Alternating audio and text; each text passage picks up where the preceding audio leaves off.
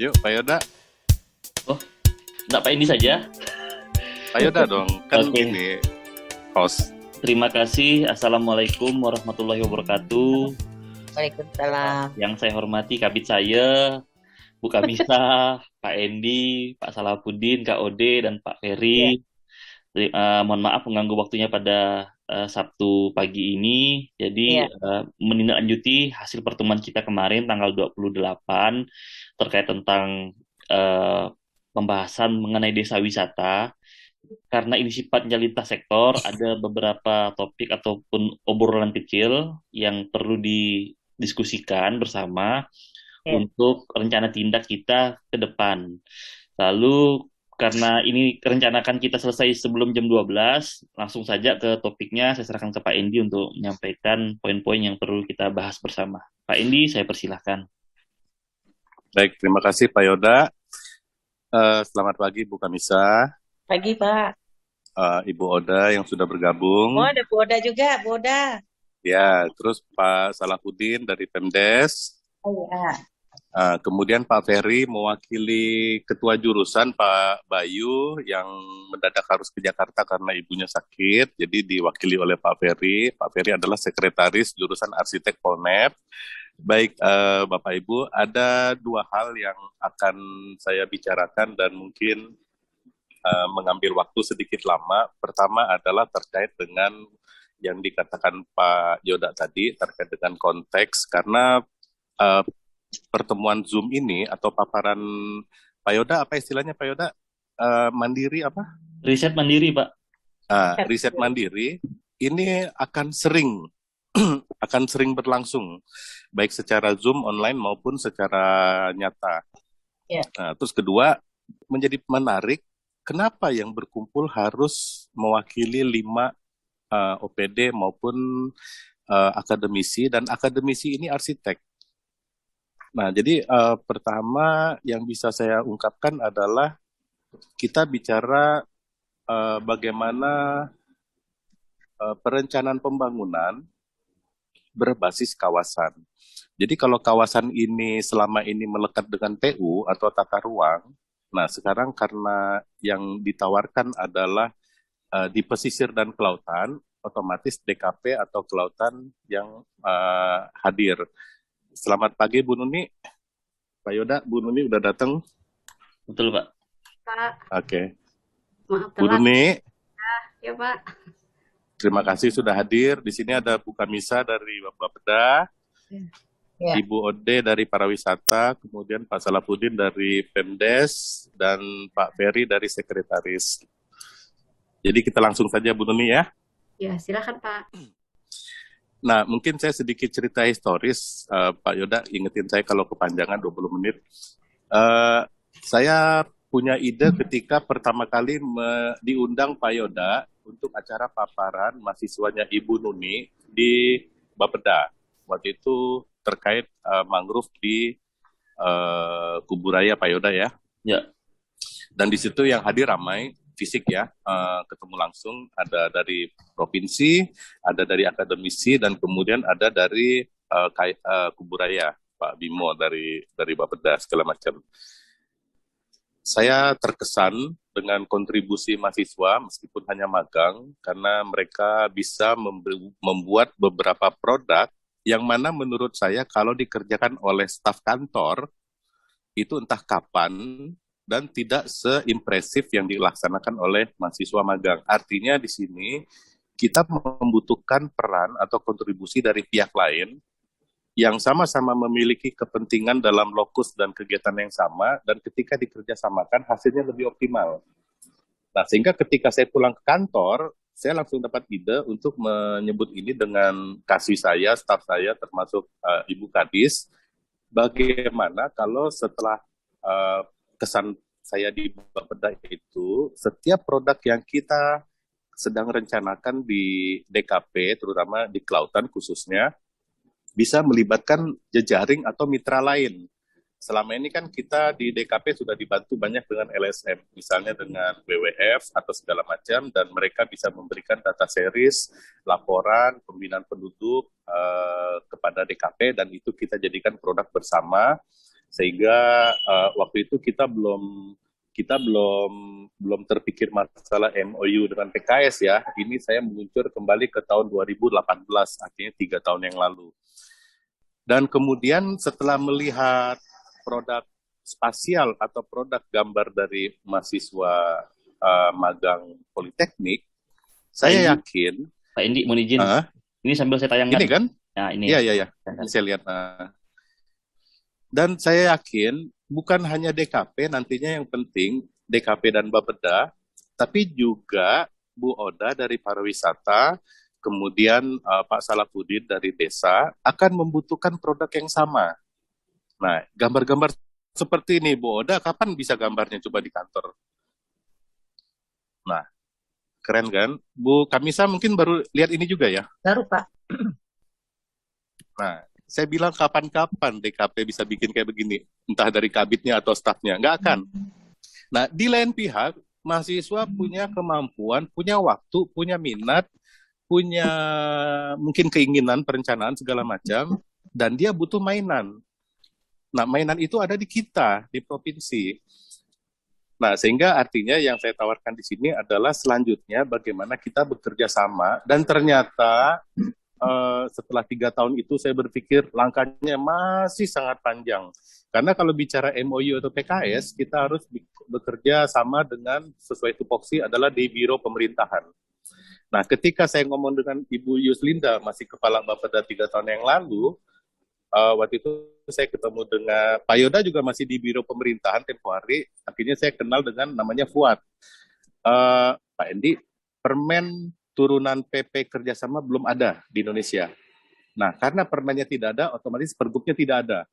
Jadi Bu Kamisa, Bu Ode, Pak Salafuddin, dan Pak Ferry, Pak Ferry dan Bu Nuni mungkin bisa paham betapa sulitnya mulai tahun lalu saya merintis ke kampus-kampus, terutama ke Politeknik, mengusulkan kerjasama dalam bentuk magang seperti ini, dan tidak ada yang paham. Nah, kemudian Bu Asih sekarang yang di Biro Pemerintahan menjabat sebagai eselon 4 di sana menggantikan Pak Fuad yang pindah ke bidang sebelah. Pak Endi, sudah ada permen nomor 22 sama 25 terkait kerjasama atau PKS. Dan di permen itu menyebutkan dengan 3 aspek bagaimana OPD bisa bekerja sama. Pertama, secara sesama OPD, vertikal dan horizontal, artinya dengan kementerian maupun dengan kabupaten kota.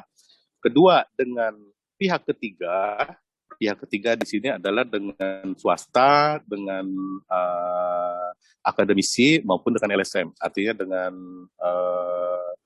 apa istilahnya stakeholder ya, stakeholder. Yang ketiga adalah dengan luar negeri.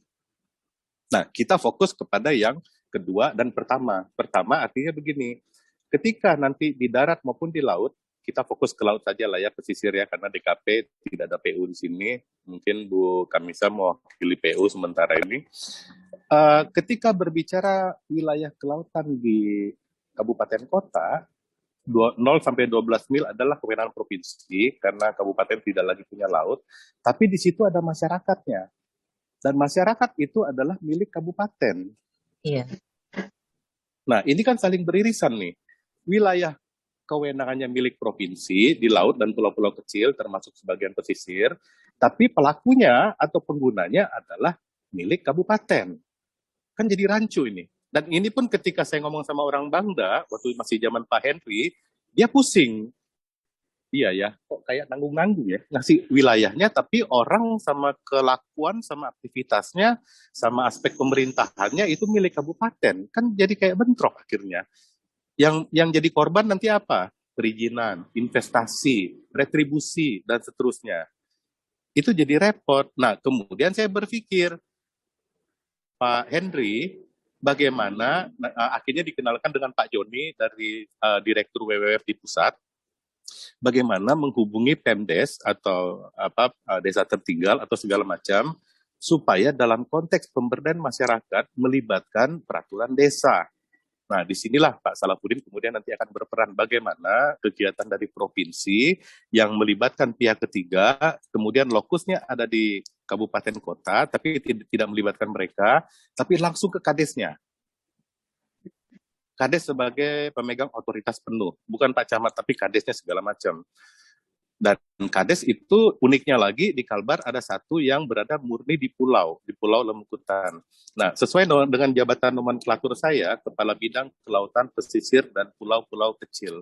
Artinya saya punya akses dan kewenangan khusus ke pulau kecil. Meskipun secara undang-undang dia harus masuk ke tata ruangnya kabupaten maupun tim TKPRD-nya Kabupaten Bengkayang.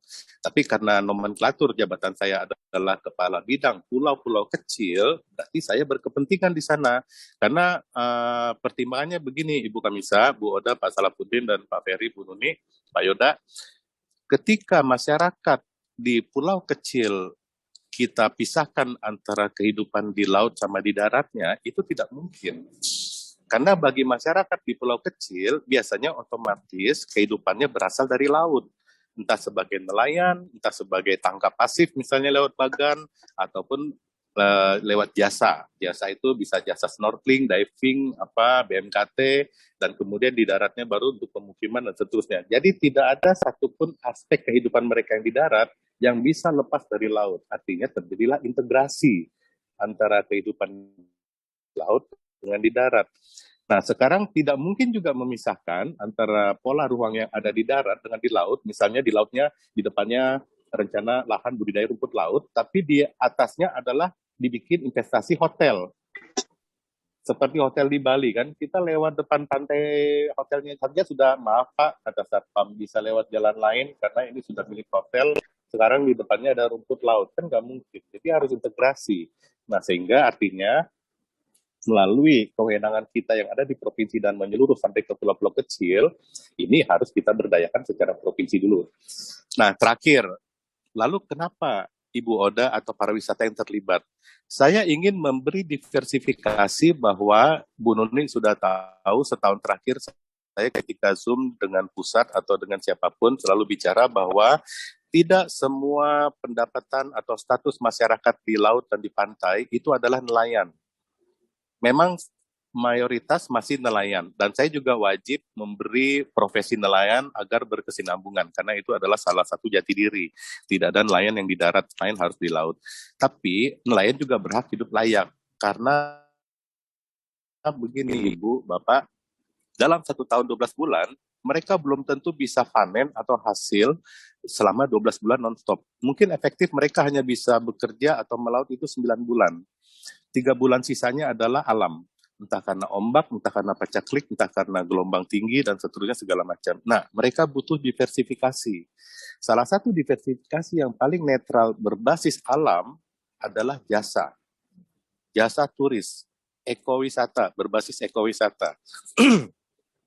Jadi selama ini juga orang di Lemukutan sudah biasa dengan menghadapi pendatang untuk mampir, dan sejak 2012 saya mulai arahkan bahwa mereka harus menginap di rumah penduduk dan makan di rumah penduduk. Jadi ketika mereka menginap di rumah penduduk, dari situlah interaksi mereka dengan masyarakat mulai terjadi, mulai dari bangun tidur, misalnya Bapak siang ini mau makan apa? Nasi goreng, kopi, telur setengah mateng, seterusnya sampai malam menjelang tidur. Disitulah interaksi, banyak transfer budaya berputar. Tapi yang jelas setelah 4 hari berkunjung, itu segepok uang misalnya 400.000 atau 1 juta pasti beralih ke penduduk. Makanya filosofinya adalah homestay. Nah, Zoom ini akan menjadi langkah besar ke selanjutnya. Kita harus kompak satu sama lain. Dan yang kemudian menjadi salah satu poin penting di sini adalah kenapa harus Polnet yang dipilih, dan dari Polnet kenapa harus jurusan arsitek. Selama ini arsitek cuma ada 2 di Kalbar, yaitu di Polnet. Yang pertama, karena saya ikut terlibat di pendirian awal tahun 2000 awal, makanya tadi Pak Ferry mengatakan salah satu mahasiswa pertama itu Pak Ferry ya, Pak Ferry ya. Pak Ferry jadi mahasiswa saya waktu di angkatan pertama ya. Nah, sekarang Bu Kamisa. Ya. Jadi saya sudah melahirkan mahasiswa binaan saya yang sudah jadi sekretaris jurusan loh. Pak Ferry ini kan pelaku sejarah. Kemudian Pak Pedi membuat arsitektur Untan kapan Pak Ferry ya? 2004-2005 mungkin ya. sekitar 2004 kalau tidak salah tuh angkatan pertamanya. Ya, karena sebelum saya ke Australia, jadi saya sempat ngajar di Politeknik, salah satunya Pak Ferry, kemudian dapat tawaran beasiswa ke Australia 2004 sampai 2006. Disitulah saya belajar kelautan, dan kemudian saya dilantik tahun 2009 kalau nggak salah, ya Pak Yoda ya, Ya Pak, Agustus. 2009 ke Agustus 2009. Nah, waktu itu saya sebagai kepala seksi lingkungan hidup ya, dan salah satu stafnya saya adalah Pak Yoda. Nah, jadi di ruangan Zoom hari ini saya ketemu dua mantan nih, Pak Ferry sama Pak Yoda. Dan ini sangat sangat membanggakan sekali.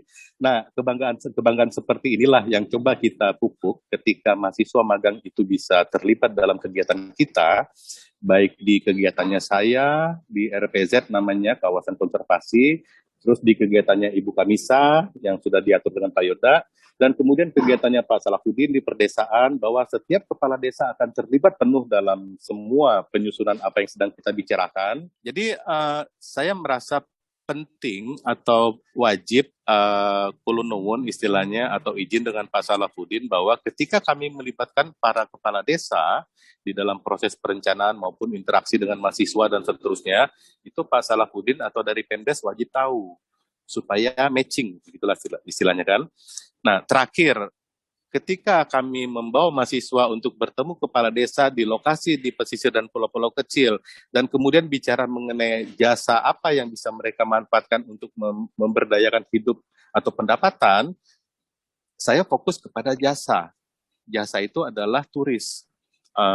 Kemarin waktu yang saya jadi spontan untuk mengadakan pertemuan ini, itu gara-gara Ibu Kamisa menyebut homestay yang disebut oleh Pak Muhid. Ketika nanti mahasiswa magang harus ke lapangan dalam rangka data primer, baik bersama tim maupun dosen pembimbing dan seterusnya, disitulah terjadi interaksi yang sesungguh pertama kali mereka ketemu dengan kepala desa yang selama ini kita bicarakan. Dan yang paling keren adalah mereka tinggal di rumah penduduk, di homestay yang selama ini kita rencanakan.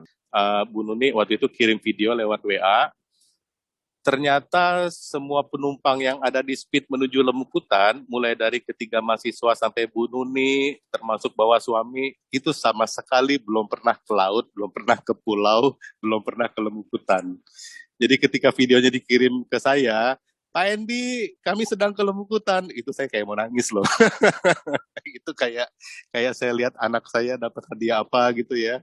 Aduh, saya bilang saya bisa bikin orang senang itu udah anugerah ya.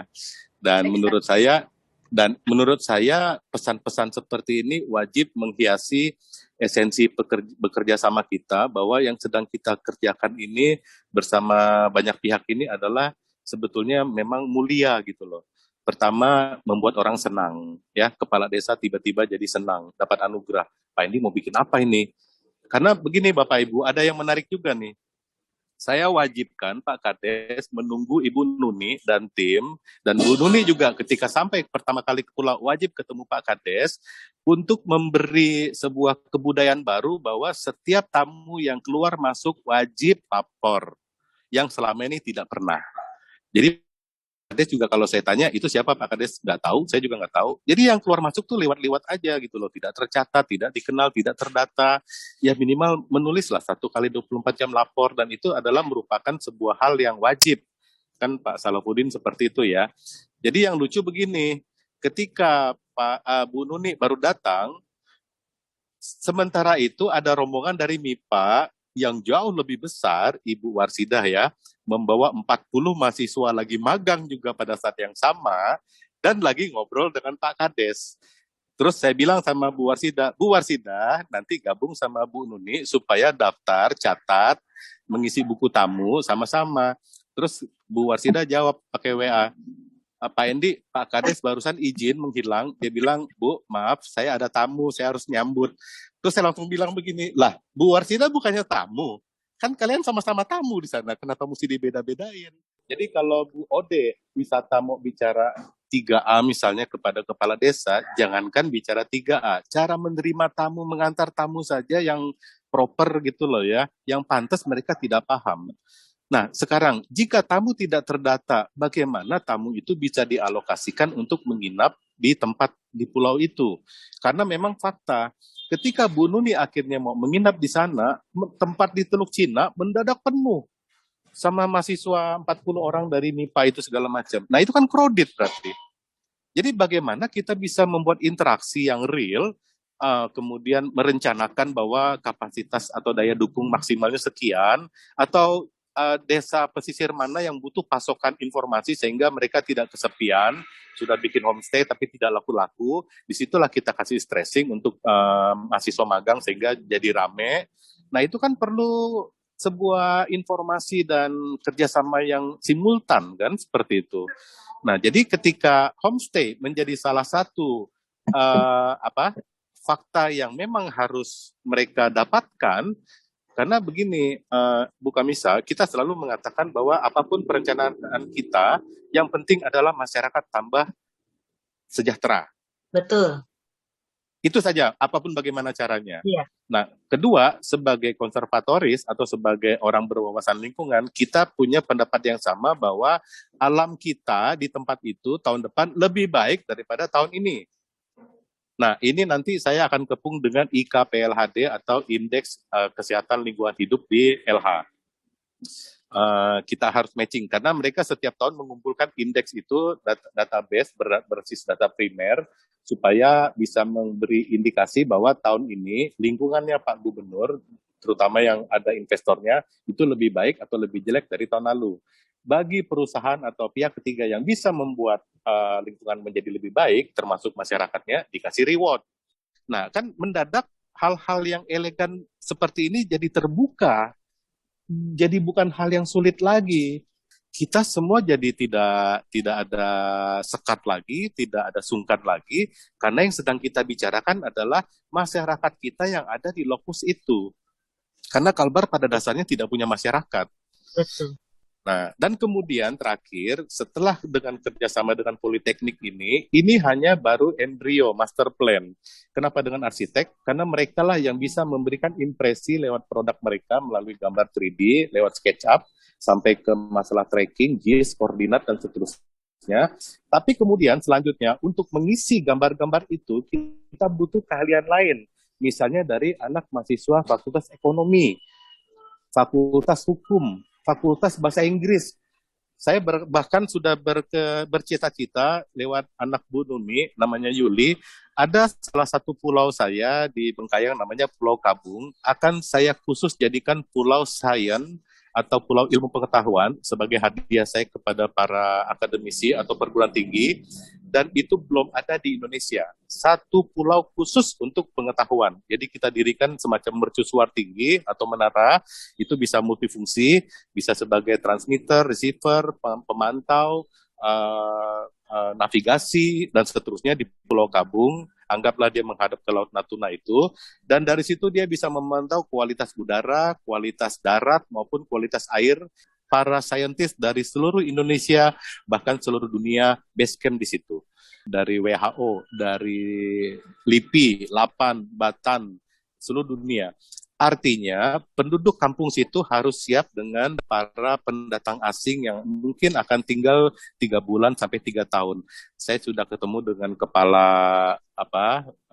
kepala desa, tapi semacam orang yang disegani. Saya bilang begini, Pak Ato, minimal Anda harus mulai tahun depan bicara 5 bahasa. Inggris, Jerman, Jepang, Meksiko mungkin ya, atau Soviet, karena nanti akan ada PLTN di situ, akan bicara nuklir berarti bicara Chernobyl, Ukraina, dan seterusnya. Jadi masyarakat di situ wajib bisa berkomunikasi dengan setiap pendatang yang hadir ke tempat itu. Nah, atau akan jadi juru bahasa. Nah, yang bisa mengajarkan itu siapa?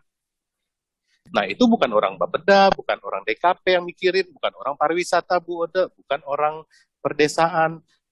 Ada yang sudah khusus atau spesialis di bidangnya masing-masing, baik dari dosen maupun mahasiswa magangnya, biarkan mereka bekerja.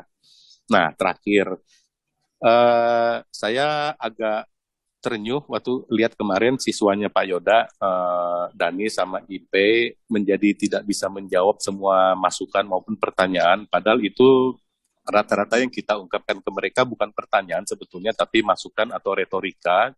Tapi karena keburu gugup, mereka tidak bisa jawab. Dan Pak Bayu kan kemarin sudah sampaikan, tolong dibatasi. Pertama, ini adalah batasan waktu. Mereka cuma sebulan untuk mengerjakan apa yang dikerjakan pemerintah selama 1 tahun. Kemudian karya mereka juga nanti akan kembali ke kampus, bukan jadi milik Bapeda, kecuali kalau PKS atau MOU sudah selesai. Dan ketiga, ini kan bisa dilanjutkan lagi oleh pihak lain. Nah, jadi karena begini, Ibu Kamisa, kemarin ketika selesai paparan, kan minggu depan rencananya ada 3 mahasiswa lagi nih giliran yang di Pulau Lembutan. Iya. Anggi, Yuli, sama Fauzia. Itu kemarin sudah ada yang WA saya, Pak izin, saya kambuh, saya izin pulang kampung, boleh nggak, atau segala macam. Saya jadi ingat ketika anak perempuan saya mau skripsi 1 tahun lalu, sebulan menjelang skripsi, mahnya kambuh. Ini adalah ciri-ciri orang stres. Saya ingin membuat bahwa mulai dari mereka ke pulau, ke Lembutan, sampai ke paparan, itu adalah happy. Dan happy ini penting, kita menjadi senang, mahasiswa senang, politeknik senang, dan yang paling penting terakhir Pak Kades, masyarakat senang. Mereka sedang membuat sesuatu yang membuat hidup kita lebih baik. Begitu kata masyarakat, kata Kades, kata tokoh masyarakat ketika melihat paparan itu. Nah, ini yang harus kita kasih spirit awal, bahwa ketika kita memulai untuk sidang atau Zoom, sampai nanti terakhir, bukan anak itu selesai Zoom, pulang bawa PR, aku nggak ngerti bapak-bapak tadi ngomong apa, tapi yang aku tahu bahwa karyaku semua tidak ada yang benar. Itu kan stres Bapak Ibu ya. Tapi bagaimana mereka lebih happy, karena begini loh, anak muda, anggaplah kita sedang berbicara sama anak kita ya. Kalau mereka sudah senang, itu kadang-kadang bisa lebih liar, lebih kreatif, lebih dahsyat dari apa yang kita suruh loh. Kita mintanya begini, itu mah kecil Pak. Dia bisa lebih dahsyat, dia punya pengetahuan, dan kedahsyatan itulah yang kita tidak bisa. Jadi kadang-kadang kita hanya pengen mengontrol, tapi kita lupa kita mematikan potensi apa yang bisa kita dapat sebetulnya ya, kalau kita mematikan potensi mereka. Nah, jadi mungkin akhirnya kepada Pak Ferry dan Bu Nuni, rencana maksud saya untuk bicara seperti ini adalah selain masalah lebih jelas kita ini di sini mau ngapain, dan ini akan terus berlangsung, karena kalau PKS sudah dibentuk kan itu setahun ya. Dan gambar-gambar seperti yang Pak Yoda kemarin sampaikan, termasuk di Lembutan, itu jangan khawatir, itu multi-years. Jadi saya sampaikan kepada mahasiswa kemarin, Pak, kalau gitu nanti kami perencanaannya seperti apa? Saya bilang sama mereka, sampaikan kepada Ibu Nuni maupun Pak Bayu, Pak Ferry, bahwa kalian menggambar produk apa yang telah kalian dapat di lapangan berbasis data primer. Karena ketika mereka ke lapangan, Ibu, mereka itu adalah bikin kuesioner, survei, pemetaan, segala macam. Jadi kalau hasil gambar mereka meleset dari survei, misalnya hanya untuk teori bahwa bangunan harus di luar garis sempadan pantai, tapi tidak sesuai dengan data kuesioner, mereka kan jadi bingung sendiri. Pak, yang mana yang kami mau ikutin nih? Sesuai data survei, data existing di lapangan, ataukah sesuai perencanaan? Saya langsung bilang sama mereka ini, langsung sesuai existing. Karena apa? Peta kalian, hasil kalian akan menjadi benchmark untuk perencanaan wilayah di tempat itu ke 5 tahun ke depan. Jadi 5 tahun ke depan, kita bisa punya koleksi gambar mulai dari saat sebelum disentuh oleh perencanaan kita, dan kemudian berjalan menjadi 5 tahun ke depan, itu ada sekuen, ada perubahan. 5 tahun pertama, yaitu tahun ini dimulai dengan bangunan yang melanggar sempadan pantai, akibatnya Januari kemarin rumah-rumah pada roboh di Lembutan, kena angin ribut, kena gelombang tinggi. Itulah akibatnya. Dan ketika kuesioner kemarin mengatakan, mahasiswa tetap penduduk itu mengatakan, Pak, kami ingin kembali lagi ke tempat yang roboh kemarin. Kan bandel kan? Nah, nggak apa-apa, gambarin itu semua. Jadi Bu Nuni, jangan bingung, kok Pak Endi ngomongnya melanggar perintah semua ya. Ya, saya mau kasih tahu bahwa gambar yang mereka bikin adalah sesuai dengan kenyataan di lapangan. Dan tahun depan akan Pak Ferry atau Pak Bayu kirim lagi mahasiswa kedua untuk melanjutkan apa yang telah dirintis oleh kakak kelas mereka di tahun ini. Dan begitulah seterusnya, sehingga Bu Kamisa, Pak Salafuddin, Bu Ode, kita sebetulnya sedang memberdayakan rekanan untuk menghasilkan produk buat kita. Nah, ini yang gambar di Kuburaya. Saya tidak tahu Pak Yoda tindak lanjutnya seperti apa. Mungkin menurut saya sih begini ya, terlepas dari masalah kualitas atau ekspektasi yang diinginkan, itu menjadi mangkrak karena apa? Belum pernah ada komunikasi intens seperti hari ini. Selanjutnya mau dikemanain? Kalaupun ada proses asistensinya kemana? Dan yang paling penting adalah mungkin mahasiswanya sudah pada lulus. Jadi udah nggak bisa lagi diganggu-gugat. Nah, sementara Bu Nuni atau Pak Ferry mungkin kesulitan akses untuk, boleh nggak produk gambar yang mangkrak itu 2 tahun lalu, 3 tahun lalu itu kami lanjutkan kembali. Tapi itu semua tidak terlaksana karena apa? Komunikasinya hilang. Nah, sekarang kita sedang berkumpul untuk berkomunikasi. Yang kita sedang lakukan adalah untuk multi years atau 5 tahun ke depan. Nah, antara lain mekanismenya melalui PKS dan seterusnya. Mungkin itu yang bisa saya sampaikan. Terima kasih jika sudah sangat menghabiskan waktu, tapi menurut saya semoga akan menjadi lebih jelas. Saya kembalikan ke Pak Yoda. Terima kasih Pak Endi atas prolog awalnya. Rasa saya perlu ditanggapin oleh Bapak Ibu masing-masing. Terus mengingat waktu sekarang ini pukul 11:10, kita sepakat mungkin Pak Endi sampai jam 11:45 saja 12. diskusinya. Ada Oke. ada beberapa isu dan dah terekam juga. Jadi apabila Bapak Ibu butuh rekamannya, nanti saya bisa upload. Mungkin kita mulai dulu tanggapan dari Bu Kamisah, Pak Endi. Boleh. Lanjut ke Pak Salafuddin, Pak Ode, lalu Pak Ferry dan Bu Nuni. Nah, Bu Ode. Bu Kamisah silakan Bu. Oke, terima kasih. Ya, silakan. Bapak Ibu, kita masih ini ya, akhir pekan dalam suasana santai ya. Saya kebetulan di rumah ini, mohon maaf. Apa yang sudah disampaikan Pak Endi tadi itu saya sangat amazing sekali, awesome sekali, sangat apresiasi sekali dengan pemikiran-pemikiran yang sudah disampaikan oleh Pak Endi. Artinya satu sisi kita memang perlu tadi istilahnya apa ya, mitra ya. Jadi mahasiswa-mahasiswa magang ini adalah rekanan kita, mitra kita untuk merumuskan itu tadi yang Pak Hendi bilang bahwa yang tidak mungkin kita OPD baik itu badan dinas itu tidak cukup waktu untuk melakukan itu, sehingga memang kita perlu dengan mahasiswa magang ini, dan harapannya ke depan memang ini akan terus berlanjut, apalagi ini mudah-mudahan PKS kita sudah bisa berjalan gitu ya.